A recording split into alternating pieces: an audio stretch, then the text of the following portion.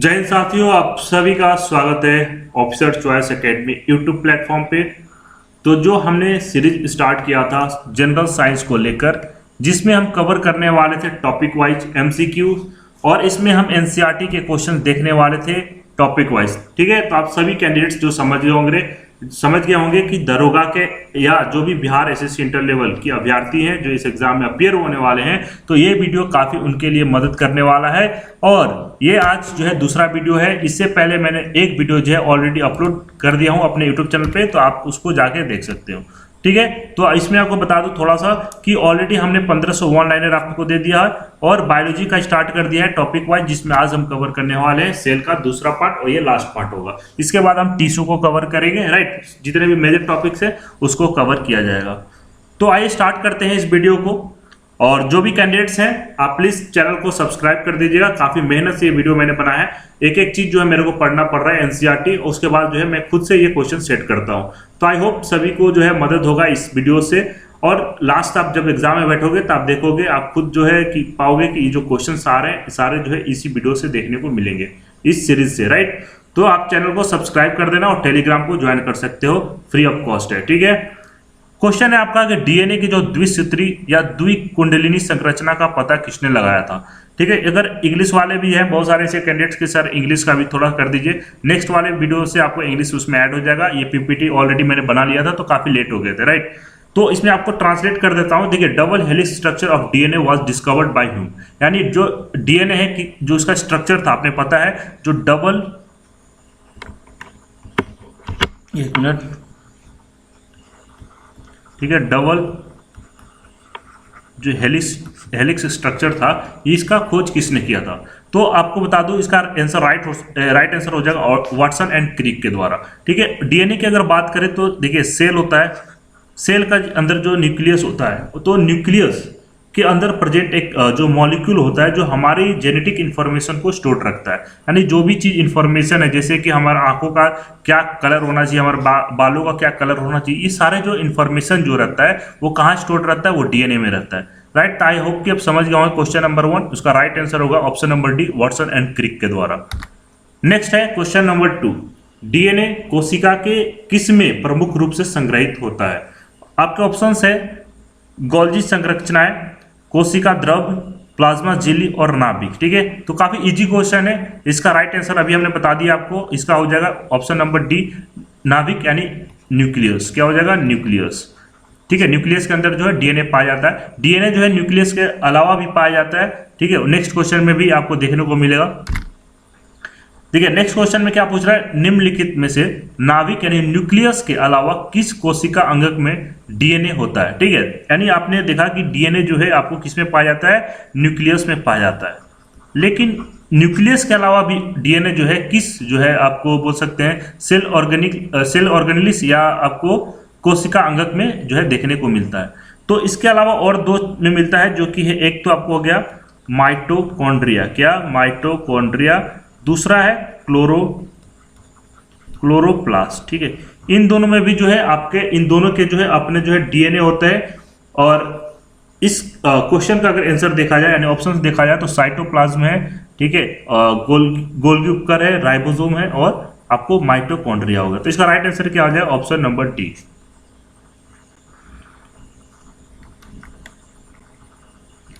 Nucleus के बाहर DNA कहाँ मिलता है। ठीक है, तो हमने अभी देखा कि न्यूक्लियस के बाहर जो है माइटोकॉन्ड्रिया और आपको ये क्लोरोप्लास्ट में मिलता है। ठीक है, एक चीज और यहाँ पे देख सकते हैं, देखिए न्यूक्लियस की अगर बात करें,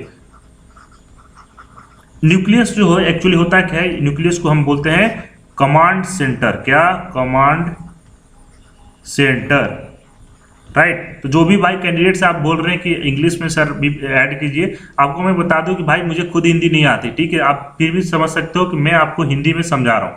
ठीक है, क्योंकि इसमें बहुत सारे जो मैक्सिमम कैंडिडेट्स हैं वो आपको हिंदी मीडियम से है। ठीक है, तो मेरा हिंदी मीडियम नहीं है, मेरा भी मीडियम जो है इंग्लिश है, फिर भी मैं समझ पा रहा हूँ। तो अभी जो है कोशिश करिए, बाकी जो टर्म्स है मैं आपको ऑलरेडी देखिए यहाँ पे लिख पा रहा हूँ। ठीक है, तो अगर लिखने के लिए अगर आप बात बोले तो मैं खुद नहीं लिख पाऊंगा, इसलिए आपको सोचिए मैं आपको इंग्लिश में समझा रहा हूँ और आप सभी को समझ में आ जाएगा। तो इस वीडियो में आप इतना ही समझिए, बाकी नेक्स्ट में आपको इंग्लिश ऐड हो जाएगा। तो न्यूक्लियस की अगर बात करें तो हमने बोला कि न्यूक्लियस की बात करें तो न्यूक्लियस क्या है, कमांड सेंटर है। तो नाम से समझ होगा कमांड करता होगा, ये कंट्रोल करता है, यानी it control all of the cell activities, यानी सेल की जितनी भी एक्टिविटीज है उसको कंट्रोल करता है। बोलते कौन सा एक्टिविटीज हो गया सर, जैसे कि ग्रोथ हो गया है ना, मेटाबॉलिज्म हो गया, ये सारे चीज को कौन कंट्रोल करता है, न्यूक्लियस, राइट। आई होप कि समझ में हो गया। तो क्वेश्चन नंबर 2 का नहीं 3 का जो है राइट आंसर हो जाएगा, ऑप्शन नंबर सी होगा इसका right option, mitochondria. Next question है डीएनए में पाई जाने वाली शर्करा क्या है। शर्करा का मतलब शुगर की बात हो रही है। शुगर कौन सा पाया जाता है? ऑप्शन है आपका कि हेक्सोस, उसके बाद है हेक्टुलोस, पेंटोस और है जाइलुलोस, ठीक है ना। तो डीएनए और आरएनए, ठीक है, डीएनए में जो शुगर होता है उसको क्या बोलते हैं, एक मिनट, ठीक है, यहाँ पे डीऑक्सी राइबोस, ठीक है, और जो आरएनए में पाया जाता है उस शुगर को क्या बोलते हैं, राइबोस, ठीक है, यानी जो पेंटोस शुगर होता है डीएनए में उसको बोलते हैं डीऑक्सी राइबोस और आरएनए में बोलता है उसे राइबोस, ठीक है। इसका right answer option number C हो जाएगा, पेंटोस। डीएनए में थायमिडाइन, ठीक है, थायमिडाइन द्विभाजित संरचना जो है किसके कारण होती है?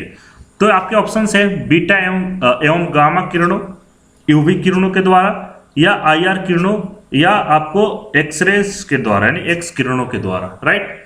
तो इसका आंसर क्या होगा, आपको ऑप्शन नंबर बी हो जाएगा, यूवी रेज यानी यूवी किरणों के द्वारा।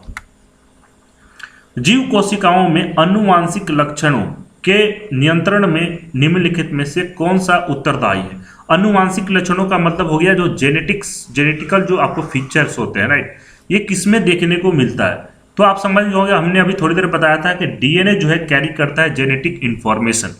तो ऑप्शन की अगर बात करें तो ऑप्शन है एंजाइम, हार्मोन, आरएनए और डीएनए। तो जेनेटिक इंफॉर्मेशन कौन कैरी करता है? तो डीएनए कैरी करता है। तो ऑप्शन नंबर डी हो जाए आपका राइट आंसर।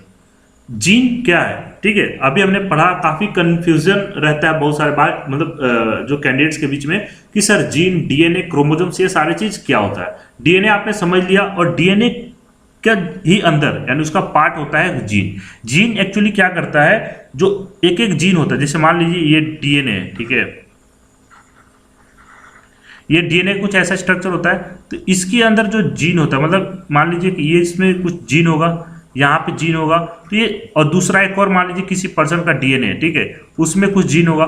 तो जैसे ये जीन की अगर बात करें, ये जो है जीन, एक जीन जो है वो कैरी करता है या जो है कुछ इंफॉर्मेशन प्रोवाइड करता है। जैसे आंख का मान लीजिए कलर, किसी पर्सन का जो है कलर कैसा होता है, ब्लू, किसी में होता है ब्राउन। तो ये जो इंफॉर्मेशन बनाता है ना, ये जो काम करता है वो जीन का काम होता है। मतलब आप समझिए कि जो ईच जीन होता है यानी carry instruction that determine your features, right. जैसे कि आपको आंख का जो है कलर कैसा होना चाहिए, हेयर का कलर कैसा होना चाहिए, हाइट क्या होनी चाहिए, इस एक एक जीन जो है आपको डिटरमाइन करता है, और सभी पर्सन में अलग अलग काम करता है, ठीक है ना। तो सारे पर्सन के अंदर जो जेनेटिक होते हैं, जीन्स होते हैं, वो सारे जो है वेरी करते हैं, अलग होते हैं, ठीक है। और इसी जीन्स को मिला के ऊपर समझिए कि एक डीएनए का फॉर्मेशन होता है, ठीक है। तो सिंपल वर्ड में आप समझ होंगे कि यानी सबसे छोटा अगर बात करें तो अंदर में होता है जीन। जीन का काम होता है कोडिंग करना, ठीक है, यानी कोडिंग करने का काम होता है। ये कोडिंग कर लिया तो बन गया डीएनए, ठीक है। डीएनए के बाद होता है क्रोमोजोम्स। क्रोमोजोम्स क्या होता है, जब सेल का डिवीजन होता है, ठीक है, याद रखिए, जब सेल का डिवीजन होता है तो उसी टाइम जो है क्रोमोजोम विजिबल दिखता है। डीएनए का जो कंडेंस्ड फॉर्म होता है उसको बोलते हैं क्रोमोजोम। तो इसका अगर राइट आंसर हमें भी देखें तो ऑप्शन नंबर ए हो जाएगा, डीएनए का एक भाग। अभी पढ़े कि डीएनए का जो है एक अंदर का जो भाग होता है उसमें बहुत सारे जीन जो है पाए जाते हैं। नेक्स्ट है आरएनए, एक बहुलक है यानी बहुलक अणु है। इसका पूर्ण रूप क्या है? तो आरएनए, ठीक है, आरएनए, ठीक है, आर फॉर राइबो, ठीक है, एन फॉर न्यूक्लियक और A4 हो गया आपको एसिड, ठीक है। तो इसका कौन सा ऑप्शन नंबर बी हो जाएगा, राइबो न्यूक्लिक एसिड। नेक्स्ट है आरएनए का प्राथमिक कार्य क्या होता है, यानी इसका प्राइमरी फंक्शन क्या होता है आरएनए का। तो आरएनए अगर बात करें नाम से देखिए, R for ribonucleic acid, यानी इसका प्रकाश संश्लेषण में काम होता है, बिल्कुल नहीं। ये किसका काम होता है, प्रकाश संश्लेषण का? आप हमें कमेंट करके बता दीजिएगा, काफी इजी आपको मतलब इसका क्वेश्चन है। इसका आंसर होगा, ठीक है, प्रकाश संश्लेषण जो है किसके द्वारा करता है, कौन करता है। ऑप्शन नंबर बी है जो प्रोटीन का संश्लेषण, ठीक है, यानी प्रोटीन सिंथेसिस। नेक्स्ट है प्राकृतिक, अरे यार क्या हो गया यार, प्रतिकृति बनाना या अनुवाद करना, ठीक है। तो इसका राइट आंसर हो जाएगा ऑप्शन नंबर बी, प्रोटीन संश्लेषण, यानी प्रोटीन सिंथेसिस जो है आरएनए का प्राथमिक कार्य होता है। नेक्स्ट क्वेश्चन है राइबोन्यूक्लिक एसिड जो आरएनए में निम्न में से कौन सा नाइट्रोजन युक्त क्षार जो है उपस्थित नहीं होता है। तो अगर बात करें इसमें आरएनए में, तो आरएनए में देखो साइटोसिन होता है, एडेनिन भी होता है, गुआनिन भी होता है, और एक और एक्स्ट्रा होता है यूरासिल, ठीक है, यूरासिल। बट ये थाइमिन नहीं होता, और ये थाइमिन किस में होता है, डीएनए में होता है, ठीक है ना, डीएनए में होता है, डीएनए में यूरासिल नहीं होता है। आई होप कि समझ में आ गया होगा। तो राइट आंसर क्या होगा, ऑप्शन नंबर सी। नेक्स्ट है आपका क्रोमोसोम में पाया जाता है। तो क्रोमोसोम में क्या पाया जाता है, केवल प्रोटीन या डीएनए और प्रोटीन, फिर डीएनए आरएनए और हिस्टोन, या डीएनए आरएनए हिस्टोन और नॉन प्रोटीन। तो डीएनए में क्या क्या क्रोमोसोम आपको देखा कि आपने जो देखा है क्रोमोसोम होता है वो डीएनए का क्या होता है, डीएनए का जो कंडेंस्ड फॉर्म होता है वो होता है क्रोमोसोम्स, राइट। सो इसका ऑप्शन क्या होगा, डीएनए प्रोटीन, डीएनए और प्रोटीन से देख, केवल प्रोटीन तो होगा नहीं क्योंकि उसमें डीएनए जरूर होना चाहिए, फिर डीएनए होगा तो उसमें प्रोटीन भी होना चाहिए, राइट। तो डीएनए में पता ही आपको जो प्रोटीन होता है कौन सा, हिस्टोन प्रोटीन होता है। तो डीएनए और प्रोटीन यहाँ पे हो सकता था, बट हिस्टोन भी होना चाहिए था। तो डीएनए आरएनए और हिस्टोन, ठीक है, यहाँ पे देखिए हिस्टोन भी आ गया और आरएनए भी है, ठीक है। ऑप्शन नंबर डी देखिए, डीएनए आरएनए हिस्टोन और नॉन हिस्टोन, इसमें नॉन हिस्टोन भी होता है। तो ऑप्शन नंबर डी जो है राइट आंसर हो जाएगा, ठीक है। तो सी और डी थोड़ा हो सकता है कि आप सबको थोड़ा सा मतलब कंफ्यूजन क्रिएट हो सकता है। ऑप्शन नंबर डी जो है इसका राइट आंसर होगा। सामान्य कोशिकाओं में डीएनए से आरएनए तक जो अनुवांशिक जानकारी के प्रवाह की प्रक्रिया को क्या कहते हैं, राइट, यानी the process of the flow of genetic information from DNA to RNA, right. तो उसको, उस प्रोसेस को क्या कहते हैं ये आपको बताना है, ठीक है। तो ये जो प्रोसेस को क्या कहते हैं, प्रतिलेखन, स्थानांतरण, अनुवाद और परिवहन। तो इसका राइट आंसर हो जाएगा ट्रांसक्रिप्शन, यानी ऑप्शन नंबर ए, प्रतिलेखन। नेक्स्ट है एक सामान्य मानव शरीर कोशिकाओं में गुणसूत्रों की संख्या कितनी होती है। तो काफी इजी क्वेश्चन है, आप आई होप कि सबको जो है आता होगा। इसमें ऑप्शन की अगर बात कर ले तो 43, 44, 45 और 46, ठीक है। तो कितना होता है आप सभी बताइए। तो इसका राइट आंसर कितना हो जाएगा, ऑप्शन नंबर डी, 46। अगर इसकी बात करें मतलब पेयर की अगर बात करें, छोड़िए पेयर की अगर बात करें, नेक्स्ट क्वेश्चन में बात करते हैं। नेक्स्ट क्वेश्चन में मानव शरीर की कोशिकाओं में पाए जाने वाले जो क्रोमोसोम्स पेयर की संख्या क्या है। तो आई होप कि समझ में आ गया होगा, क्योंकि मैं क्यों बोला कि नेक्स्ट में आपको बात करते हैं, क्योंकि इसमें ऑलरेडी पेयर का क्वेश्चन दिया हुआ था। इसमें बताया था टोटल नंबर्स, इसमें है पेयर्स में। तो पेयर्स आप समझ सकते हो, यानी 23 दूनी 46, option number D right answer हो जाएगा। अगर आप 23 में एक और पेयर जोड़ दो, यानी कितना हो जाएगा आपको 24 हो जाएगा। और ये 24 जो है किसमें होता है, चिंपैंजी में, ठीक है, चिंपैंजी में होता है। और इसमें अगर 21 से अगर बात करें, मतलब जोड़ना नहीं है, टोटल 21 क्रोमोसोम्स जो है पाए जाते हैं, वो होता है बंदर में, ठीक है, बंदर में यानी मंकी, ठीक है। देखिए हिंदी में कितना बढ़िया है मेरा, तो आप समझ सकते हो। तो टोटल कितना हो गया, इसका राइट आंसर क्या हो जाएगा, option number D right answer होगा। नेक्स्ट है रसायनों का एक समूह है जो कोशिका विभाजन और पौधे के गठन को प्रभावित करते हैं। ऑप्शन है आपका ए साइटोकाइनेसिस, बी है गिबरलिंस, सी है डोमिन्स और डी है ऑक्सिन्स। तो इसका राइट आंसर क्या होना चाहिए आप सभी बताइए।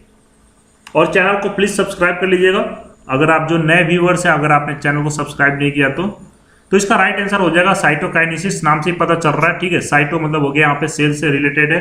तो इसका राइट आंसर क्या हो जाएगा, साइटोकाइनेसिस जो है राइट आंसर हो जाएगा। नेक्स्ट है एक कोषीय जीव कैसे प्रजनन करते हैं, यानी जो सिंगल सेल ऑर्गेनिज्म है वो किस तरह जो है प्रजनन करते हैं या प्रोडक्शन करते हैं, सो रिप्रोडक्शन करते हैं। ऑप्शन की अगर बात करें, ऑप्शन है कोशिका विभाजन, कोशिका प्रजनन, कोशिका संश्लेषण और विखंडन।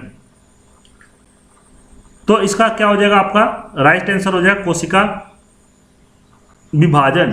एक बार देख लीजिएगा इसका हिंदी, क्योंकि इसका देखिए इंग्लिश अगर बात करें तो होता है बाइनरी फिजन। क्या होता है, बाइनरी फिजन। और बाइनरी फिजन में क्या होता है कि एक सेल जो है टूट के जो है दो डॉटर सेल का फॉर्मेशन करता है। तो ये होता है जो सिंगल सेल ऑर्गेनिज्म होता है उसमें ये होता है। और जो दो डॉटर सेल होता है ना, दोनों डॉटर सेल की अगर बात करें, जो फीचर्स होते हैं ना, लगभग क्या पूरा एकदम क्लोन्ड होता है। यानी जो आपका पेरेंट सेल होता है, ये है पेरेंट सेल, इसी से फॉर्मेशन हुआ दो डॉटर सेल का, और ये दोनों डॉटर सेल एकदम बिल्कुल सिमिलर होता है पेरेंट सेल, कोई अंतर देखने को नहीं मिलता है। ठीक है, ये होता है जब सिंगल सेल ऑर्गेनिज्म में। अगर सिंगल सेल ऑर्गेनिज्म की अगर बात करें तो एग्जांपल मान लीजिए अगर हो तो बैक्टीरिया,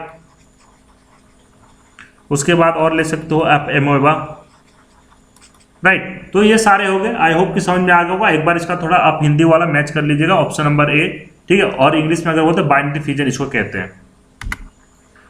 नेक्स्ट है सबसे बड़ा एक कोशीय जीव कौन सा है। सबसे बड़ा अगर बात करें यूनिसेलुलर जो ऑर्गेनिज्म कौन है, सिंगल सेल जो है ऑर्गेनिज्म कौन है। ऑप्शन है आपके ईस्ट, एसिटोबुलेरिया, एसिटोबैक्टर और अमीबा। तो इसका राइट आंसर हो जाएगा ऑप्शन नंबर बी, क्या हो जाएगा, एसिटोबुलेरिया। निम्नलिखित में से कौन सा एक कोशीय नहीं है, यानी जो सिंगल सेल कौन सा इसमें ऑर्गेनिज्म नहीं है। तो अमीबा अभी हमने पढ़ा है, उसके बाद स्पाइरोगोरा, प्लाज्मोडियम भी है, पैरामीशियम भी है। ऑप्शन नंबर बी जो है स्पाइरोगोरा नहीं होगा। ठीक है, नेक्स्ट है एकल कोशिकीय प्राणियों में जीवन की समस्त जैविक क्रिया जैसे पाचन, श्वसन और जनन कितनी कोशिकाएं द्वारा की जाती है। तो आप देख रहे हो सारे क्वेश्चन जो है अब मैंने एनसीईआरटी से उठाया है। ठीक है, ये थोड़ा सा हो सकता है एक दो क्वेश्चन इसमें जो आपको थोड़ा लग रहा हो कि टफ होगा, लेकिन भाई ऐसे ही क्वेश्चन जो है पूछे जाते हैं। ठीक है, एक दो क्वेश्चन जो है टफ है, आपको इजी वाले तो सब कर लेंगे, लेकिन जो टफ क्वेश्चन होते हैं ना तो वो शायद उसमें जो कैंडिडेट्स कर लेते हैं समझिए उनका सिलेक्शन पक्का है। ठीक है, तो ऐसा एनसीईआरटी से अब थोड़ा टफ है तो कोई दिक्कत नहीं है, आएगा नहीं आया तो कोई दिक्कत नहीं, बट आ गया तो आपकी जो है बेनिफिट आपका एडवांटेज हो जाएगा। ठीक है, तो आपको घबराने की जरूरत नहीं कि सर थोड़ा सा इसमें एडवांस है, भाई इंटर लेवल के लिए हो सकता है थोड़ा सा, लेकिन दरोगा में पक्का आपको ऐसे क्वेश्चन देखने को मिलेंगे।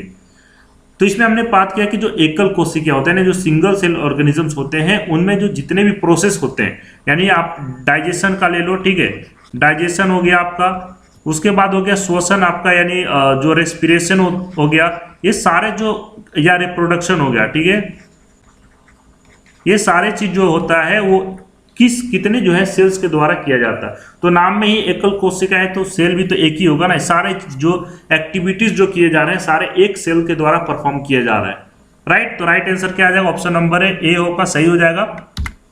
नेक्स्ट है बहुकोशिक जीव, किसके द्वारा जो वृद्धि होते हैं या कैसे जो है या किसके द्वारा वृद्धि करते हैं। ठीक है, ऑप्शन की अगर बात करें कोशिका अधिकता, कोशिका विस्फोट, कोशिका अंतःस्फोट और कोशिका विभाजन। देखिए इसमें ऑप्शन नंबर, इसमें भी कोशिका विभाजन इसलिए बोल रहा था कि थोड़ा आप उसका आंसर बता दीजिएगा उसका कि सही है कि नहीं। ऑप्शन नंबर डी की अगर बात करें कोशिका विभाजन जो है, और यहाँ बहुकोशिकीय की बात करिए, अभी तक हम पढ़ते आ रहे थे सिंगल सेल की, अब आ गया मल्टी सेलुलर जो ऑर्गेनिजम्स है उनकी बात कर रहे हैं। ठीक है, तो उसमें जो है आपको जो डिविजन्स होते हैं वो आपको जो है जो कोशिका is the right option, right, यानी ऑप्शन नंबर डी जो है इसका सही हो जाएगा, कोशिका विभाजन। नेक्स्ट है एक पेड़ की छाल के अंदर जीवित कोशिकाओं की पतली परत को क्या कहा जाता है। तो ये भी क्वेश्चन पूछा हुआ है। ठीक है, ये आपको बिहार एसआई का 2022 या 21 वाले में आपको देखने को मिला होगा। ये कैम्बियम का है, इसको बीच का जो लेयर होता है उसको बोलते हैं कैम्बियम। ठीक है, नेक्स्ट की अगर बात करें वृक्ष की छालों की कोशिकाओं में कौन सा रसायन उपस्थित होता है जो इन्हें गैस तथा जल के लिए अभेद बनाता है। ठीक है, काफी अच्छा क्वेश्चन है, बिल्कुल सारा जो है एनसीईआरटी का है। ठीक है, इसलिए काफी टाइम लगता है मुझे थोड़ा आपको बनाने में, खुद पढ़ के आपको जो है एडिट भी करना होता है खुद ही को, और खुद आपको जो बोल सकते हैं क्वेश्चन भी मेरे को सेट करना होता है, तो समझ सकते हो थोड़ा मेहनत लगता है। इसी तरह आपको डेली जो है मैं आपको सेट वाइज जो है टॉपिक वाइज देता रहूंगा। तो आपका सिर्फ एक ही सपोर्ट, आपका यही काम है, थोड़ा आपको सपोर्ट करना पड़ेगा, आपको सब्सक्राइब कर दीजिएगा, टेलीग्राम ज्वाइन कर सकते हो, आपके जैसे कैंडिडेट्स और भी वहां पे है, तो आपकी कंपटीशन का थोड़ा सा पता चलेगा कि आप कितने जो है पानी में, कितनी आपकी कंपटीशन, क्या पढ़ाई चल रही है। ठीक है, इसकी अगर बात करें जो अभेद बनाता है तो ऑप्शन नंबर ए है सेलुलोज, पैक्टिन, सुबेरिन और लिग्निन। ठीक है, तो इसका देखिए ऑप्शन बी और डी दोनों का लगभग एक ही काम है। लिग्निन भी जो है बाहर वाले एरिया को बोलते हैं, थोड़ा सख्त बनाता है, बट यहाँ पे ऑप्शन जो राइट होगा वो होगा ऑप्शन नंबर बी। ठीक है, जो गैस और जल दोनों के लिए अभेद बनाता है। ठीक है, नेक्स्ट है किस पौधे के किस भाग में मेसोफाइल कोशिकाएं पाई जाती है। देखिए सबसे पहले अगर बात कर दे कि मेसोफाइल जो सेल्स होती हैं, ऊपर सबसे बाहरी वाला जो सेल्स होता है उसको क्या बोलते हैं, एपिडर्मिस सेल्स बोलते हैं। ठीक है, एपिडर्मिस सेल्स बोलते हैं, और जो उसके बाद वाला जो सेल्स आता है ना, जो बीच वाला लेयर होता है उसको बोलते हैं मेसोफाइल। क्या, फाइल सेल बोलते हैं, राइट, मेसोफाइल सेल्स बोलते हैं। ये बोल रहा है किसमें पाया जाता है, तो इसमें पाया जाता है पत्ती में, जो पत्तियां होती हैं उसके जो ऊपर वाला, अगर आप बाहर के वाला लेयर देखें, यानी आगे से देखें या पीछे से, दोनों साइड क्या होता है, एपिडर्मिस सेल्स होते हैं, और जो बीच में जो लेयर होता है उसको बोलते हैं मेसोफाइल। क्या बोलते हैं, मेसोफाइल। तो बीच वाले लेयर को क्या बोला जाता है, मेसोफाइल कोशिकाएं।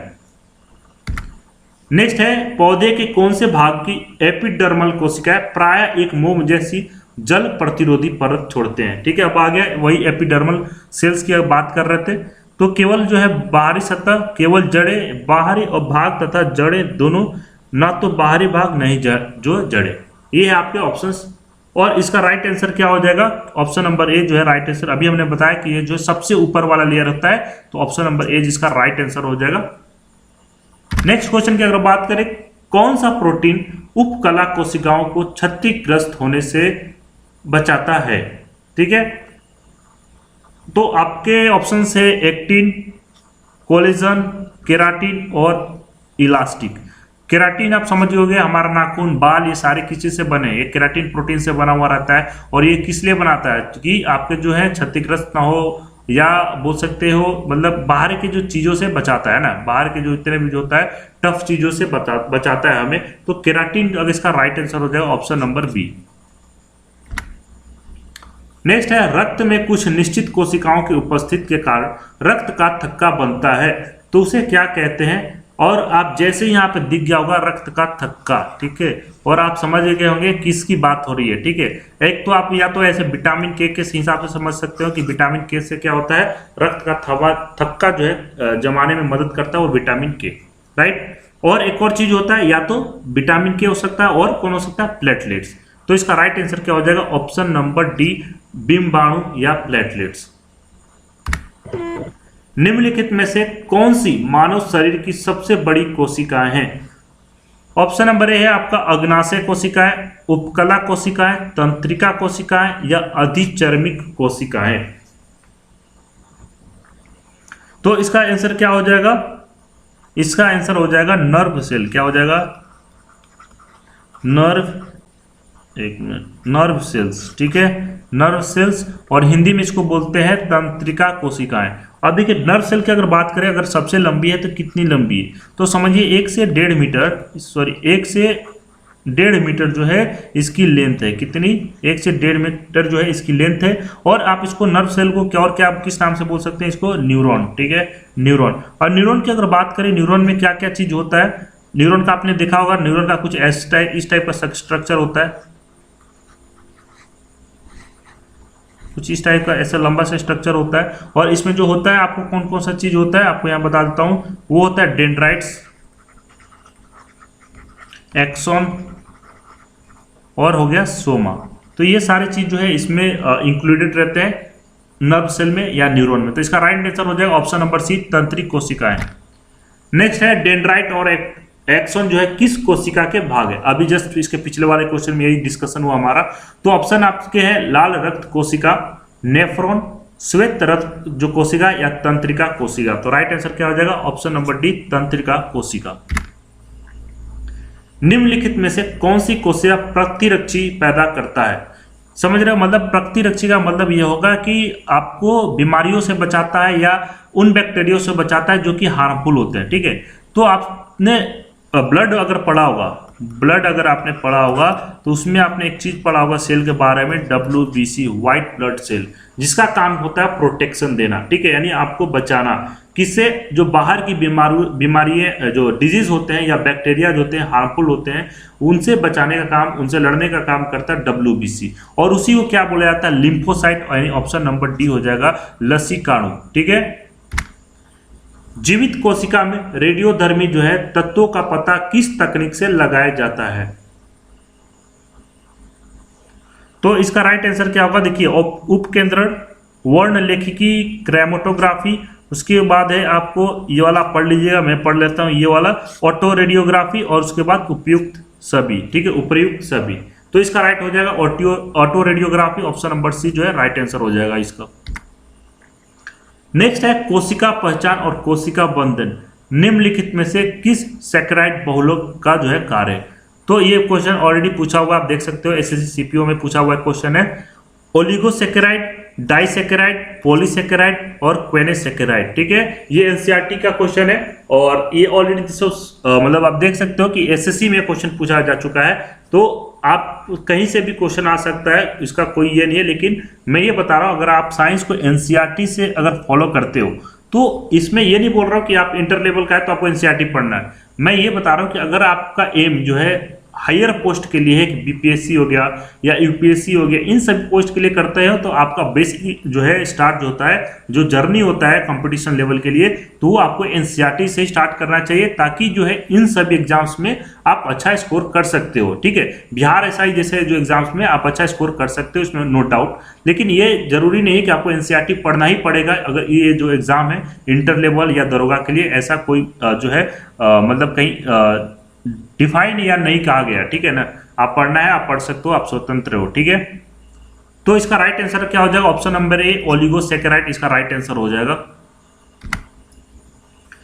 नेक्स्ट क्वेश्चन है, निम्नलिखित में से किन कोशिकाओं से इंसुलिन रिसाव होता है? तो बीटा कोशिकाएं, अल्फा कोशिकाएं, बीटा कोशिकाएं, गामा कोशिकाएं या तंत्रिका कोशिकाएं, ये बीपीएससी क्वेश्चन है। और इसका राइट आंसर क्या हो जाएगा? जो बीटा सेल्स आपको पता है जो कि आपको इंसुलिन यानी डायबिटीज का जो कंट्रोल करता है वो इंसुलिन होता है, और उसी को जो है कौन सा सेल कहते हैं? बीटा कोशिकाएं कहते हैं, यानी बीटा सेल्स। ठीक है ना, इसे इन्हीं बीटा सेल्स से जो है इंसुलिन का जो है रिसाव किया जाता है, रिसाव होता है। ठीक है, नेक्स्ट है पैंक्रियाज की कोशिकाएं जो इंसुलिन उत्पन्न करती है उन्हें क्या कहलाते हैं, उन्हें क्या कहा जाता है? तो ऑप्शन है आपके थाइमस, एस्ट्रोजन, कार्पस, एपिडिडाइमिस। ठीक है, एपिडाडाइमिस, उसके बाद है आइलेट्स ऑफ लैंगरहंस। तो आई होप कि समझ में आ गया होगा, ऑप्शन नंबर डी हो गया, आइलेट्स ऑफ लैंगरहंस के नाम से जाना जाता है। नेक्स्ट है, एक विशेष कार्य करने वाले एक समान कोशिकाओं के समूह को क्या कहते हैं? मतलब आपने एक चीज देखा होगा, सेल एक हो गया, बट ऐसा ही सेल जो एक ही काम करता हो, ठीक है, यानी इसी की तरह एक और सेल हो गया, एक और यहाँ पे सेल हो गया, ऐसे कुछ जो सेल्स बना दीजिए मान लीजिए, और सारे के सारे सेल्स का एक ही काम हो, यानी group of cells that act और that perform similar functions, right, तो उन्हें कहते हैं टिश्यू। ठीक है, यानी ग्रुप ऑफ सेल जो एक ही काम करते हैं उसे क्या कहते हैं? ऊतक हिंदी में, और इंग्लिश में बोले तो टिश्यू। तो इसका राइट आंसर क्या जाएगा? Option number A. Next question है, खट्टे स्वाद के लिए कोशिकाएं, अब ये थोड़ा सा जीवा के किस भाग में होती है, राइट? तो ऑप्शन हो गया आपका अगले, पिछले, और ये वाला आप पढ़ लीजिएगा मध्य। ठीक है, तो इसका मतलब हो गया साइड वाला, इतना बता दे रहा हूं आपको। तो जो भी खट्टे स्वाद, तो आपको पता है, ठीक है, टेस्ट बड्स से आपको पता होना चाहिए, और ये काफी बार जो है क्वेश्चन जो है इस बार मतलब आपको देखने को मिलते रहते हैं जो टेस्ट बर्ड से पूछे जाते हैं। तो सबसे पहले अगर बात करें कि यहाँ बात किया है खट्टे का, यानी सावर की अगर बात कर ले तो साइड हो जाएगा। अगर यही चीज सॉल्टी यानी नमकीन या मीठा यानी स्वीट की अगर बात करें तो ये आपका हो जाएगा, मतलब जो आगे वाला ये वाला पोर्शन देख रहे हो ना, ये वाला पोर्शन यानी फ्रंट के आगे वाले पोर्शन की बात है, तो वहाँ सॉल्टी और स्वीट जो है टेस्ट बड्स पाए जाते हैं। ठीक है, यही चीज अगर बिटर बोल दे एकदम कड़वा, तो जो एकदम पीछे वाला पोर्शन है, ठीक है, ये वाला पोर्शन यहाँ पे आपको जो है कौन सा होता है? बिटर। ये साइड वाला जो है ये आपको जो कैसा देता है? सावर। आई होप कि समझ गए होंगे। तो इसका राइट आंसर क्या होना चाहिए? ऑप्शन नंबर सी जो है इसका राइट आंसर हो जाएगा। नेक्स्ट है आपका लास्ट क्वेश्चन है इस सीरीज, मतलब इस टॉपिक का, टॉपिक यानी सेल से जो है ये आपका लास्ट जो क्वेश्चन है। इसके बाद हम स्टार्ट करेंगे टिश्यू, उसके बाद जो है ब्लड यानी सर्कुलेटरी सिस्टम, फिर डाइजेस्टिव सिस्टम, मतलब ऐसी जितने भी है मेजर टॉपिक्स उसको कवर किया जाएगा, राइट। तो अगर आपको वीडियो अच्छा लग रहा है और आपको कंटेंट अच्छा लग रहा है तो आप इस चैनल को सब्सक्राइब करिए और साथ ही टेलीग्राम को ज्वाइन कीजिए, जहां आपको एग्जाम ओरिएंटेड, एग्जाम जो है से संबंधित जो है आपको कंटेंट मिलता रहेगा, राइट। लास्ट क्वेश्चन है और काफी इजी क्वेश्चन है आप सभी के लिए, और क्वेश्चन क्या है मैं एक बार पढ़ देता हूं। क्वेश्चन है, जीवाणु कोशिका में सूत्रकणिका यानी माइटोकॉन्ड्रिया की संख्या कितनी होती है? अब बताइए, ये है ऑप्शन पहले वाले जो अगर आपने किया होगा तो उसमें हमने ऑलरेडी पढ़ चुके हैं जीवाणु कोशिका, ये क्या आती है? प्रोकैरियोटिक्स होती हैं या प्रोकैरियोट्स होते हैं, ठीक है। ऑप्शन ए है 1, 2, अनेक शून्य। ठीक है, तो ये प्रोकैरियोट्स होते हैं और प्रोकैरियोट्स में आपको पता है कि जो माइटोकॉन्ड्रिया होता है, माइटोकॉन्ड्रिया क्या होती है, एब्सेंट होती है। ठीक है, तो संख्या कितनी हो जाएगी, ऑप्शन नंबर डी इज यानी शून्य हो जाएगी। ठीक है, और यूकैरियोटिक्स में जो होता है, सॉरी प्रोकैरियोटिक्स में क्या होता है, आपको पता ही है कि उसमें न्यूक्लियस नहीं होता है, और जो मेम्ब्रेन बाउंडेड जो ऑर्गेनेलिस होते हैं वो भी नहीं होता। बट यही चीज यूकैरियोटिक्स में न्यूक्लियस भी होता है और जो ऑर्गेनेलिस होते हैं वो भी जो है पाई जाती है। राइट, आई होप कि समझ गए होंगे आप इसके। तो इसके जो है पीडीएफ आपको जो है प्रोवाइड करा देंगे आपको टेलीग्राम ग्रुप में। राइट, और कल इसी टाइम पे यानी कल आपको 8 या 9 बजे के टाइम पे जो है आपको एक और जो है वीडियो देखने को मिलेगा। नेक्स्ट टॉपिक रहेगा हमारा टिश्यू। तब तक के लिए आप इसको अच्छे से पढ़ाई कीजिए, तैयारी कीजिए, एकदम जो है दिल मेहनत लगा के जो भी लगाना है आपको एकदम बढ़िया से तैयारी कीजिए और एग्जाम को इस बार क्लियर कीजिए। अच्छी अपॉर्चुनिटी है। तब तक के लिए जय हिंद, धन्यवाद।